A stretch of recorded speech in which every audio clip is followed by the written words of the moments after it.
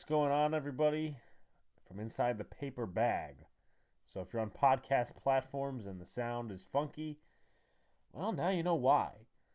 Like, comment, subscribe if you're on YouTube. Turn on post notifications so you know when a live stream pops or video drops. Appreciate you coming back. Also, share this out. Give us a 5-star rating on Apple Podcasts. Do all the good stuff. And, of course, use the SeatGeek code, which we'll be talking about at some point during the show. So, we did expect the New York Giants to lose in a fashion, whatever fashion that was, to the Miami Dolphins. And I'm going to take this off because I don't want to suffocate myself. But it's the same nonsense all over again. And it's just really tough to analyze. Like, I had trouble on the Boys in the Big Apple podcast for at least 10 minutes trying to break down this game seriously. I mean, how do you not go into either laughter or just like not seriousness talking about this? It is the same nonsense. I mean, we saw this in 21. We saw this in 17. It's just, and listen, I'm not calling for heads like I'm calling for Bobby Johnson's head. Your quarterback is now hurt. Your defense has zero idea how to take accountability. I mean, at some point you gotta tighten the ropes here. At some point you gotta tighten the ropes, and it's just interesting to see what the rest of the season holds. If Joe Shane does not make a move at the deadline, getting more picks, I think he's gonna end up regretting it because, I mean, you don't want to rely on third-round compensatory picks for some of the free agents that are going out of Giants Blue next year, and we'll talk about that maybe at the end if we have time, but it's just, how do you analyze an offense that's literally the worst in football? And they're not even the worst points offense, which is surprising. The Patriots are the worst points offense, at least as of right now. I mean, I don't know, man. It's a tough pill to swallow, and we have to swallow that pill until January, whatever the date is. So, Giants have taken a regression, but to heights we haven't even predicted. Like, nobody in their right mind predicted that Daniel Jones would get hurt. Well, actually, after seeing the O-line the first 4 weeks, you probably would. The Giants coming into the season, the first 4 games not having a turnover. Giants not executing on turnovers. I don't know, man. It just seems that this team is lost. It seems that the fight is dying down if there was any. And just guys don't want to be here. They thought they had a free magic carpet ride because of a 9-win season where you played dog shit teams. You got into the playoffs. You played a dog shit Vikings defense. You got to win, fine. And then you played the Eagles and you got absolutely shellacked. But that didn't do anything except raise our expectations more. It's just such a mess, man. It really is. But we got to get to the stats, and trust me, it gets ugly. It's ugly. Daniel Jones, 14-20, 119 yards, 6 sacks taken. Tyrod Taylor, 9-12, 86 yards, 1 sack taken. Tua Tagovailoa, 308 yards, 2 touchdowns, 2 picks, a sack. The Giants' rushing game couldn't even manufacture 100 yards. Eric Gray was their lead rusher, 12 carries, 25 yards. If you want to look at yards per carry, the lead rusher was Daniel Jones, 4 carries, 24 yards. And Matt Breida also got 9 carries for 21 yards, which is 2.3 yards per carry. Giants don't have any success in the fucking ground game right now. Miami rushing, I mean, it was a field day for them. It was a field day for them. You know, it's going to be interesting. It's going to be a get-right week for a lot of these other teams. It really is, man, because we got Buffalo coming this week. They suffered a loss in London to Jacksonville. Miami was, the first loss of the season was to Buffalo. They came in pissed off, and they didn't even play perfect like an average Giants team. Last year's Giants team beats this team. But for some reason, they're not in it. For some reason, The Giants don't have the energy to match up with teams when they play down to the competition.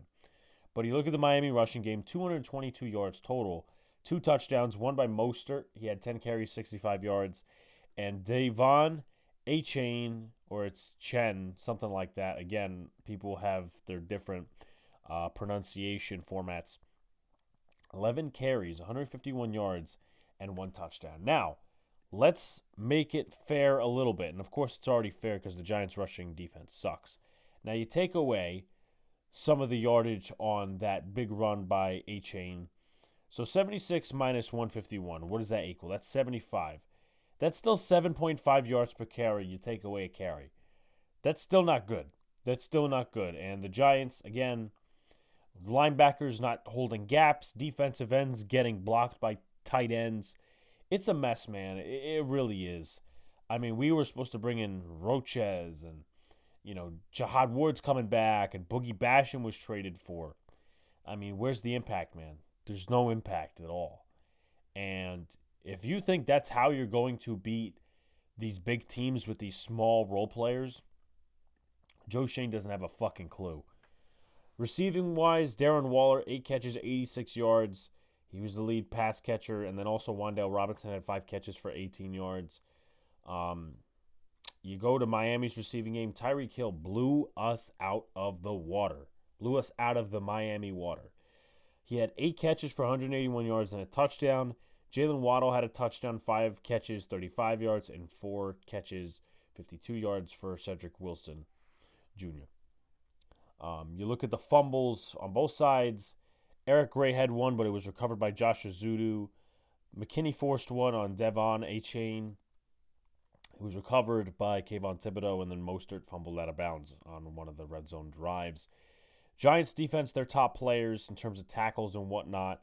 Bobby Okereke had 2 pass deflections. He also had the pick. He had 10 tackles. Isaiah Simmons had 9 tackles. In terms of sacks, Kayvon Thibodeau, 1 sack, a tackle for loss, and a quarterback hit. And then the other quarterback hit was Leonard Williams. I mean, this is not a perfect offensive line. This is also not a garbage offensive line. But again, we're hearing all this talk about Azeez Ojulari. We're hearing this talk about Kayvon Thibodeau and all these different guys. And Dexter Lawrence, I thought he was a little disappointing this game. But even when he's getting double teamed, and that should really open up holes for Leonard Williams, but it doesn't. And the defense only had 4 pressures. Kayvon Thibodeau had 2 of them. So, very disappointing. Very disappointing. And I'm going to get to the defense, and we're going to rip them this game, just like we are the offense, but there's a lot of things in there. So, well, the Miami defense had a field day. 14 quarterback hits, 7 sacks, 9 total tackles for Eli Apple and David Long Jr. Long Jr. had a tackle for loss, but Eli Apple actually had half a sack and a quarterback hit. Jerome Baker, 1.5 sacks, 2 quarterback hits. Zach Sealer, who's normally a good run defender, 2 sacks, 3 quarterback hits, 3 tackles for loss. Bradley Chubb actually didn't get a sack, which is my surprise. Kader Kohu had a tackle for a loss and a quarterback hit. Andrew Van Ginkel, who's been dominant for them the last few weeks, 1 sack, tackle for loss, quarterback hit. Christian Wilkins had half a sack and 2 quarterback hits. Emmanuel Ogbah had 2 quarterback hits and 1.5 sacks. For the Giants, interception-wise, Jason Pinnock had 1 for 102 yards. That would be a touchdown. And then Bobby Okereke, 1 interception for 7 yards. Now you take a look at the team stats. First downs, Dolphins 22, Giants 15. Passing first downs, 14 for the Dolphins, 10 for the Giants. 8 rushing first downs for the Dolphins, 3 for the Giants. Giants had 2 first downs from penalties, 0 for the Dolphins. Giants were 5 for 17 on third, and the Dolphins were 3 for 8, which tells you something. They didn't get into third down a lot. Fourth down efficiency, Giants were 1 for 2, and the Dolphins were 0 for 0 because they didn't try it at all on fourth. Total plays, Giants at 68-54 for the Miami Dolphins. 268 total yards for the Giants, and about 200 more for the Miami Dolphins at 524. And then total drives, 11 for the Dolphins, Giants 9. Yards per play, Giants 3.9, 9.7 for the Miami Dolphins. And I will say this, the Giants allowing 524 total yards and 9.7 yards per play, I believe, is a franchise record. So the Giants set history in a bad way. They set records in a bad way. The Giants were 0 for 2 in the red zone. The Dolphins were 2 for 3. Penalties, both teams had 6 penalties for 43 yards. Dolphins had 3 turnovers, 1 fumble lost and 2 interceptions, and the Giants actually led in time of possession at 35-59, 24-01, but you have to take a look at context. You have to take a look at all sorts of different things because guess what? The second half was a wash. I mean, the first half was at least all right football, but man, oh man, oh man. Let's get to this terrible offensive unit, and by all means, I'm going after a lot of different guys here. And I'm not going after one specific guy. Like, the one group I will leave out of criticism is the playmakers. Because I don't think Paris Campbell had any drops. Darren Waller could have made that play down the right sideline, but he was the best offensive weapon, so I can't, discredit him too much.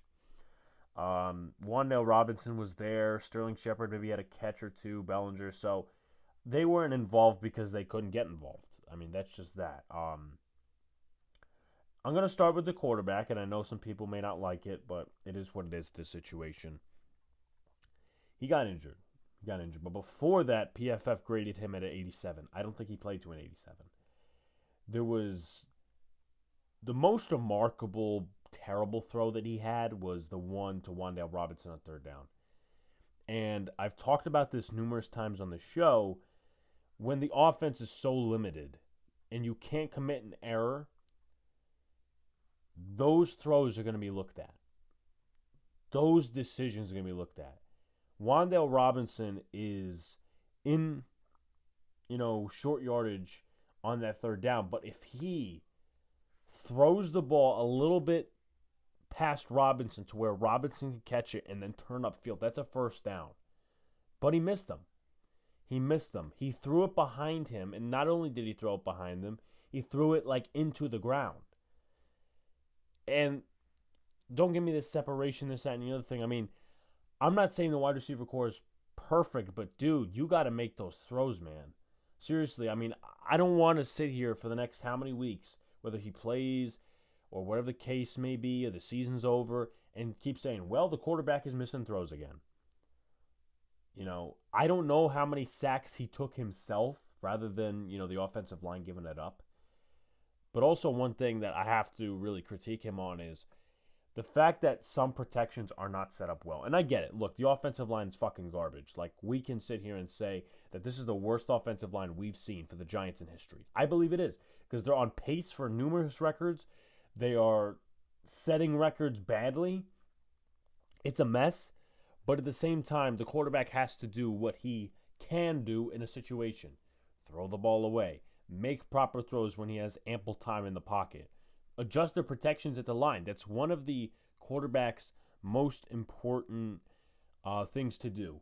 And it's not just him, obviously. It's the center. It's the offensive line. It's the coaching for the preparations. But, again, man, just not a good performance from Daniel Jones. And I feel for him because, obviously, he got hurt. He got hurt because the offensive line was garbage. Now, I'm going to get to a couple other takeaways before we get to the turnovers and we get to the offensive line. So I thought Eric Gray looked solid. There was one play that he had. I think it was like a 20-plus yard run. It was taken back because of a Ben Bredesen holding penalty.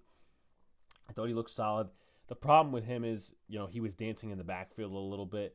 He could have taken maybe 2 yards and then was just dancing a little bit. So I think that has to get out of here. You can't do that shit in the NFL because it is a faster-paced game. Guys are going to catch up to you.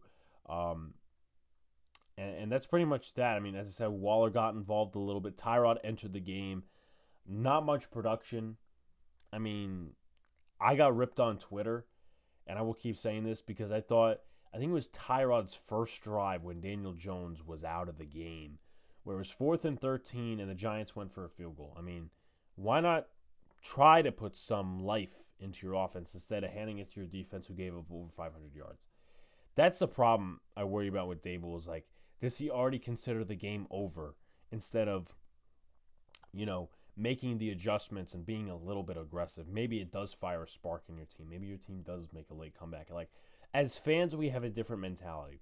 As fans, we think, okay, the game is over, this, that, and the other thing. But it is the coaches and the players' duty to prove us wrong in that note. It is their duty to say, no, we're still in the game. We're going to prove people wrong, and we're going to win this game. And again, I had the Giants losing this game, but you still have to come on here and criticize the team, see what the team did well, and move forward. Now, going from there, let's talk about the offensive line. The offensive line remains garbage. Josh Ezeudu, he was terrible. I think I got some stats up here for you guys. Mark Lewinsky allowed 5 pressures. The offensive line allowed 28 pressures. I mean, we're just going up, and we're lowering the bar. I mean, that's just the way it's happening, unfortunately. 28 pressures allowed. Evan Neal 6, Mark Lewinsky 5, and he also allowed a sack.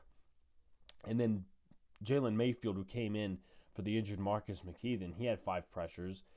And Matt Peart allowed 4 pressures and 19 pass blocking attempts. I mean, he wasn't in that much. And the thing is, too, it didn't even mean that much. He came in when DJ was hurt. That was pretty much game over there if the Giants even had life at that point. And he was giving up pressures to guys that, you never heard of, or some people never heard of, or guys that were just underperforming. So that just tells you the state of the Giants' offensive line. And I get it. People will come out here, and say, hey, listen, maybe the Giants get the offensive line better by week 7, week 8, and they have JMS and they have Neal back. They have Thomas back. And you could say that, but the problem is the locker room is already losing its touch. They're already starting to just disintegrate, in my opinion. And you'll be, 1-5, 1-6 maybe if you lose the Commanders? I mean, that just reminds us of the Shermer and Judge years, and that's not really a reminder we want to have. Not that I'm saying Dable is the coach that Shermer and Judge were, but I'm just making a fair point and a fair analysis. But Josh Ezeudu was emotional. He cried in the locker room after he blamed himself for the DJ sack, and it was his fault. Let's call it 100%. We're not a podcast that's gonna, step around the truth. Do I feel bad for him? I do feel bad for him a little bit, yes, because he is a kid. He's second year in the league. He's put under an intense amount of pressure. He's not a stupid guy. I think he could be a solid backup in this league. I don't see a starting future for him. And he's not like Neal, who made some bullshit-ass comments. But it is his fault. You do have to criticize his play. And, of course, that goes on coaching too. You did see Jalen Thomas for a few snaps at center. The snaps weren't good. And, again, that just goes to the offensive line depth. JMS got hurt. Lemieux got hurt. Andrew Thomas is still hurt, which is a whole different story. But Jalen Mayfield ended up playing the rest of the game at right guard. And we'll see where Marcus McKeithen is during the week in terms of practice. Not that it matters much of anything because McKeithen and Mayfield both played garbage. So that's for the lingering injuries. 17 sacks taken in 2 games by the Giants quarterbacks. Now, one was Paris Campbell, but Tyrod Taylor and Daniel Jones. I mean, no quarterback at all should have to face this much adversity. This is the worst offensive line I've ever seen, and I'm dead serious. I don't think I've ever seen a unit so terrible in my life. And this is not an NFL offensive line, and I will guarantee you this. Other than maybe Evan Neal, I don't see any of these guys, and I may even put Bredesen in this conversation, I don't see any of these guys starting on an NFL team next year. Bredesen's a free agent. The Giants may or may not bring him back. I mean, you might as well start fresh if you're starting fresh for real. McKeithen, I mean, backup maybe. Mayfield, he's on the practice squad for a reason. Let's see who else we got. Glowinski, I mean, he probably goes to a team for a minimum contract. And then Matt Peart, Josh Ezeudu. Ezeudu's a backup. Peart's a free agent. And also, I will say this. It is frustrating because all these issues combine to an inept offense. And the Giants would score 6 points per game if they hadn't got that victory in Week 2 over the Arizona Cardinals that netted them 31 points. So there's that. But the Giants could not execute on 2/3 of their turnovers. They couldn't turn that into anything. Now, you could say, okay, well, the Thibodeau fumble recovery, that netted them inside their own territory and all these different things, whatever. But usually, momentum does something, right? Usually, a Bobby Okereke pick inside the 25-yard line would do something. Usually, good teams would capitalize on those. Instead, 2 opportunities, 3 points. And the Giants are still without a first-half touchdown. I believe the last team to have a sort of streak like that is Adam Gates' Dolphins in 2017. And I think Doel Laggins was the offensive coordinator. I think. Don't count me on that, though. So it just shows you, again, the Giants are making history in so many bad ways. So many bad ways. And offenses, again, have figured them out. You want to do a quick game? Okay, we'll play press. You want to go deep? Okay, we'll put 2 deep, but also we'll rush the shit out of you because your offensive line sucks dick. I'm being serious. It sucks. It sucks. And again, I don't care who the quarterback is. I may not like a guy like Mac Jones because I think he's a dirty player, but I don't think even him behind this offensive line would be a good idea. This is not an NFL offensive line. And they have to find ways to operate around it because we see teams across the league, whether it's the Seahawks or the Jets or these other teams, and even with their starters being below average, some of these other teams, they find ways to not be as bad as the Giants. That's the difference in this whole thing. And Lawrence Tynes, obviously famous Giants kicker, came out with a tweet saying, I'm not really for firing the offensive line coach. It always ends badly. That's not always true, Lawrence, and I get it. I respect his game. I respect that he was in the game. But at the end of the day, yeah, it's hard to blame position coaches for certain things. However, I said this at the beginning of the season. If you don't see improvements from certain players, Bobby Johnson needs to go because he walked out of Buffalo. Buffalo was singing Kumbaya, and they were doing some dances when he left. And obviously their offensive line's not 100%, but it's still better than the Giants. And if you guys saw, I'm pretty sure it's out on Twitter by now, John Feliciano came in for Aaron Banks, and he played excellent. Now, John Feliciano, is he this all-pro guard? No. I mean, he was clowning the Giants after week 4, I think, something like that. But Glowinski was a solid pass protector in Indy. Evan Neal was solid at Alabama. That's why the Giants drafted him at 7. And Feliciano, we know what he did. I mean, Nick Gates, he's not doing too well over in Washington right now. But, he was a solid center. He was a solid center when the Giants had him. But no, let's push him to left guard.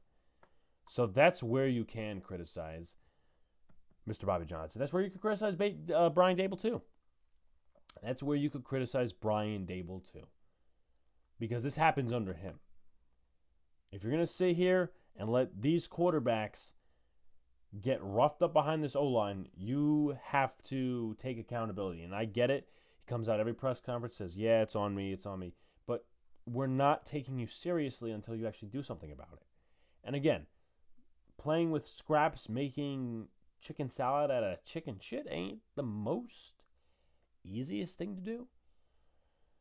But it has to be better than this because you're asking for Tyrod Taylor to get hurt.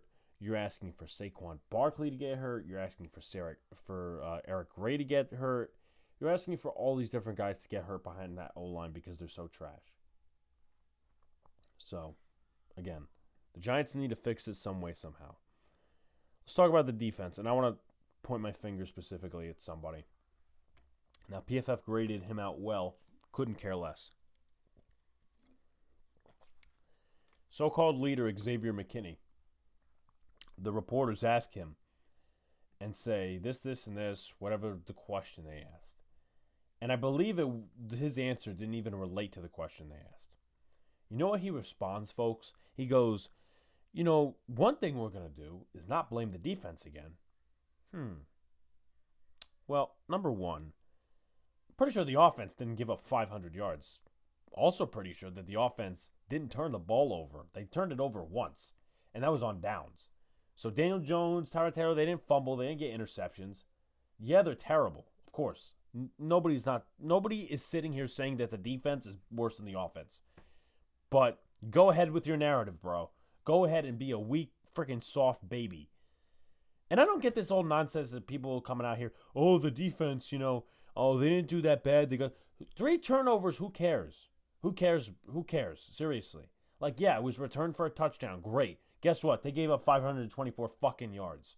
Like, I'm tired of it. You could compliment them, and then you could say, okay, they did this badly. But normal teams and just overall would take 3 turnovers and win the game. The Giants would take that and lose the game.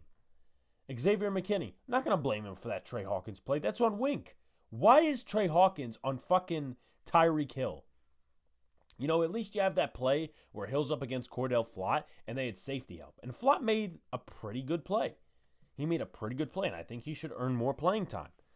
But you're putting somebody who you benched because he couldn't tackle in the game against Tyreek Hill, and he beats him for a 69-yard touchdown. How about this one, X-Man, right? How about this one, genius? How about that big play where Devon Achane had a touchdown?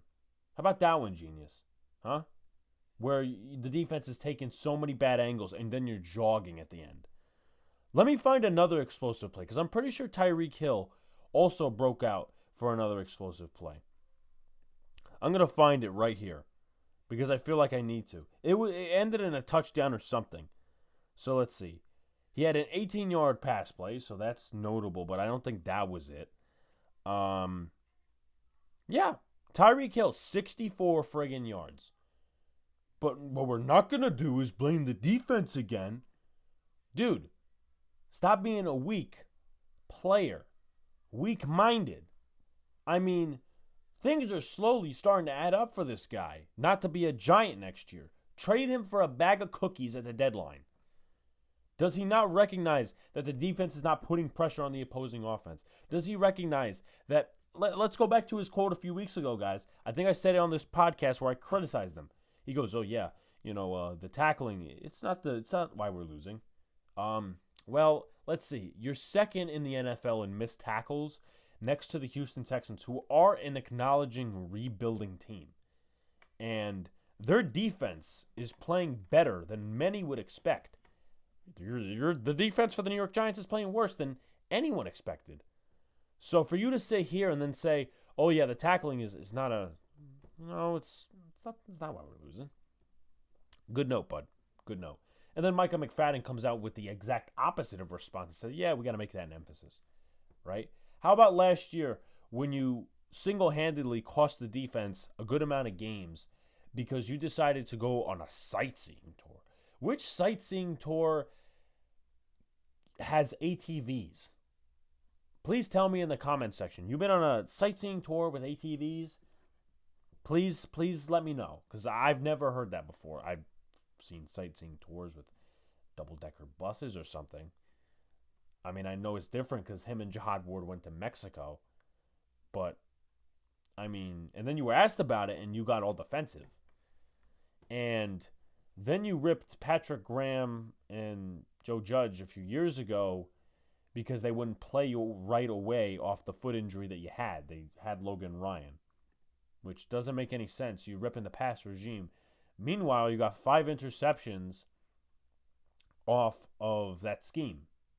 And let's see. I don't know, X-Man. How many interceptions do you have under Wink Martindale? And there's as many as I do in my NFL career. Zilch. 0. And guess what, Xavier? Your team your side of the football, they only started committing turnovers this game. Right? The Giants are still -5 in the turnover differential. Because I think they had 8, or it was -8, and then the 3, so it's -5.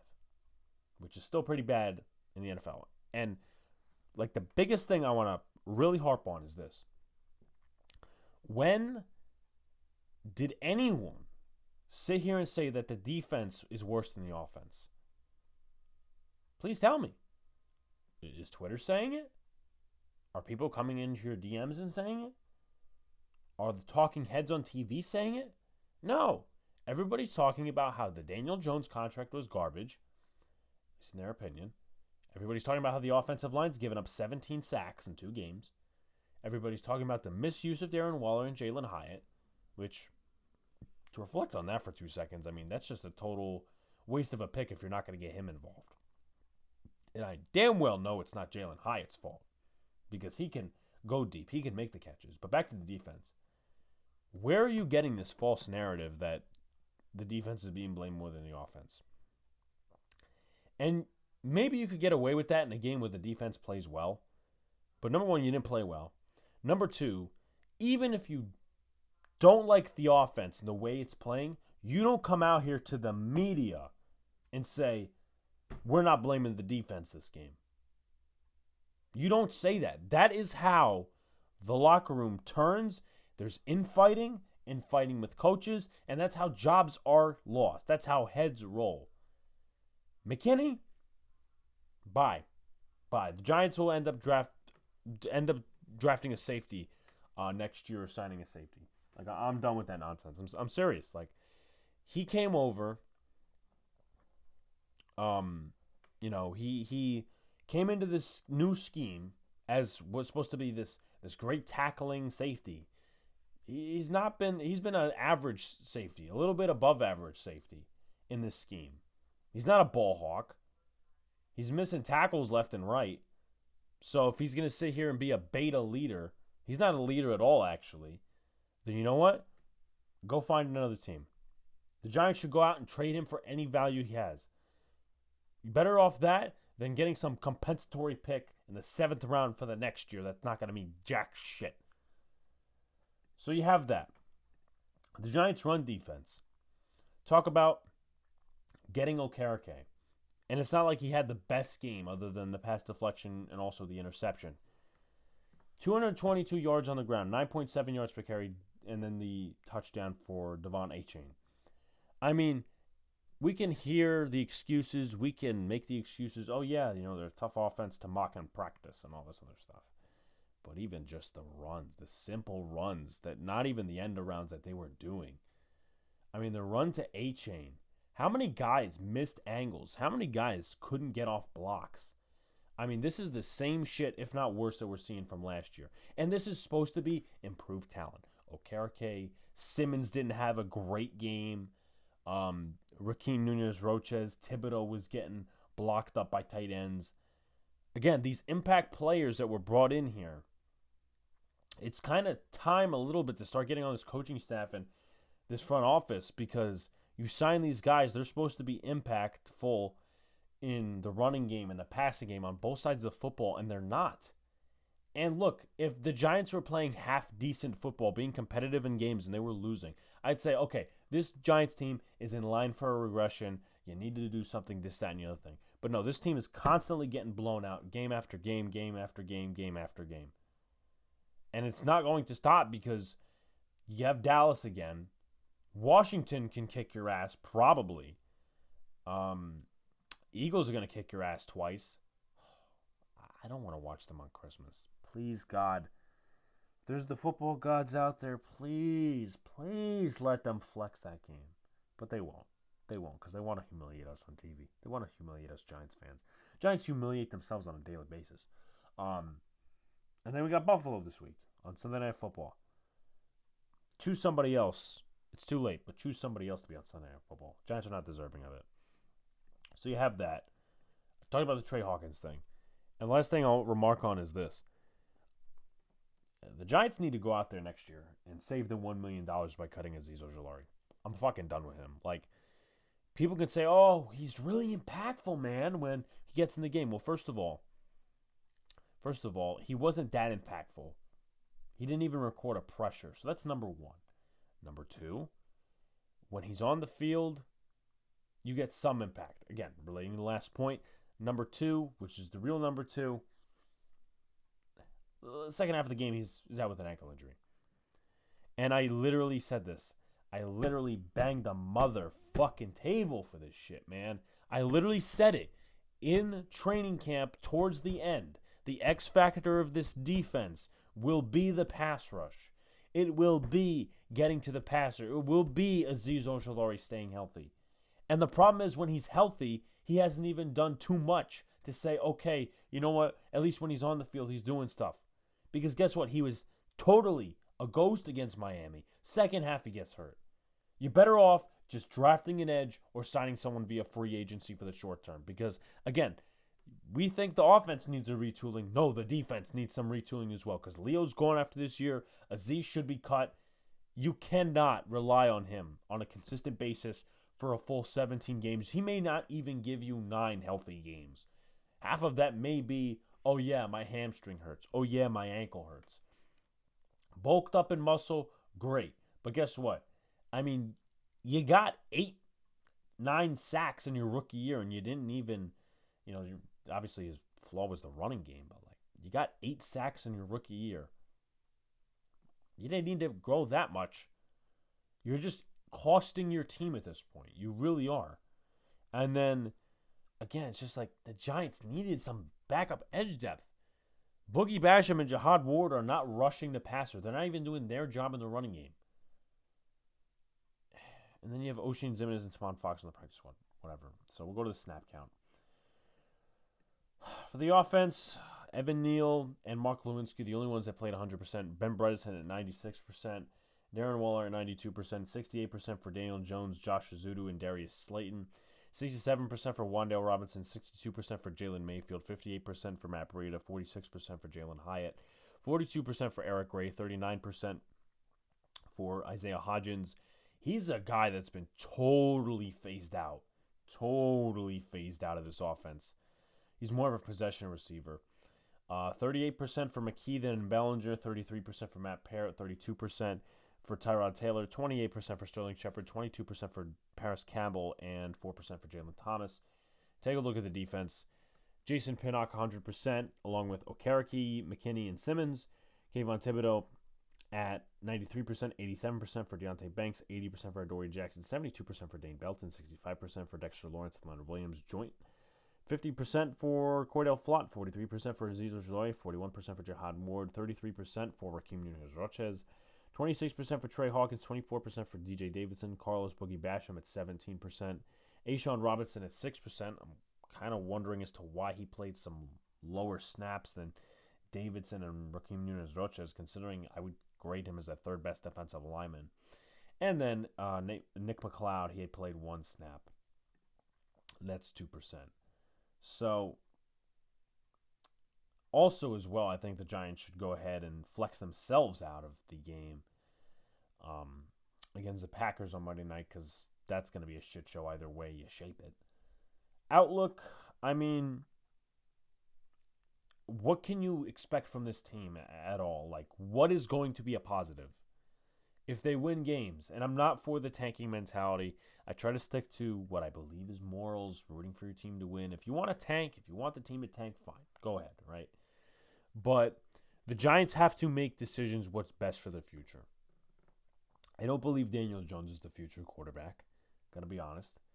I don't believe Evan Neal is the future right tackle, gonna be honest. You need to draft so many linemen, it's not even funny.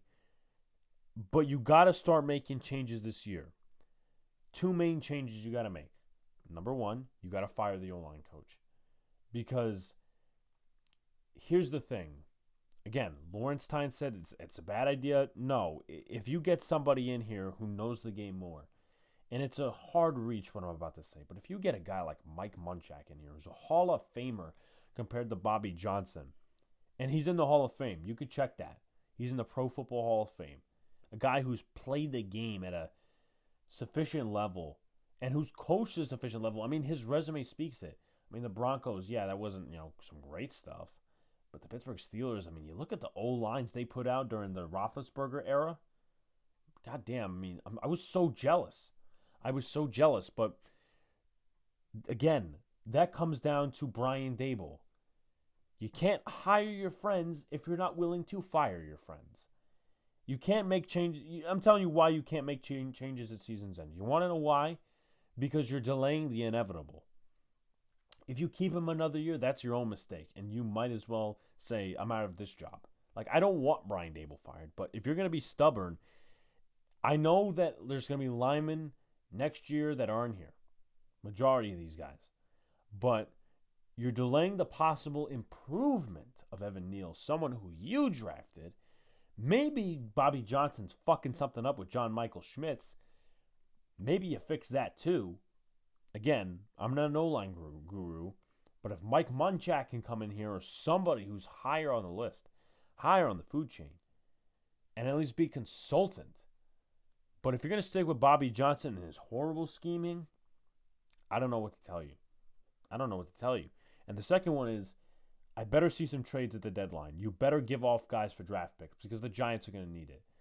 Adoree Jackson can go to Buffalo. I mean, they just signed Josh Norman, but if you get Adoree Jackson, they're still making a run at it. Hey, listen, get a third, fourth round pick. Trade Saquon. I would honestly sit Saquon until the trade deadline. Keep his legs fresh. Have him go to a contender. You're not re-signing him anyway. It would be a bad idea. X-Man, trade him for like a 5th, 6th, 7th to a team that's contending. Because apparently, I'm just done with him. I'm not going to figure him out. Leo Williams, you got to just not re-sign him next year and then Azeez Ojulari cut. But you got to start making changes this year. Because if you don't, you're really kicking the can down the road, and Giant fans will be impatient, and the front office will be impatient because they know it's going to be low expectations, low sales and tickets, low PSLs, any other stuff like that. But if you guys haven't already, like, comment, subscribe to all the good stuff, turn on post notifications so you know when the live stream pops or drops. If you haven't already, use the SeatGeek code Big Blue in the Bronx to get $20 off your entire order. Parking passes, concert tickets, game tickets, all that good stuff. We'll be live for the Rangers-Orioles game. We'll be live for Thursday Night Football. A lot of content coming your guys' way, so please stay tuned. Download podcasts, share us out, 5-star on Apple Podcasts. We appreciate you guys, and we'll see you next time. Peace.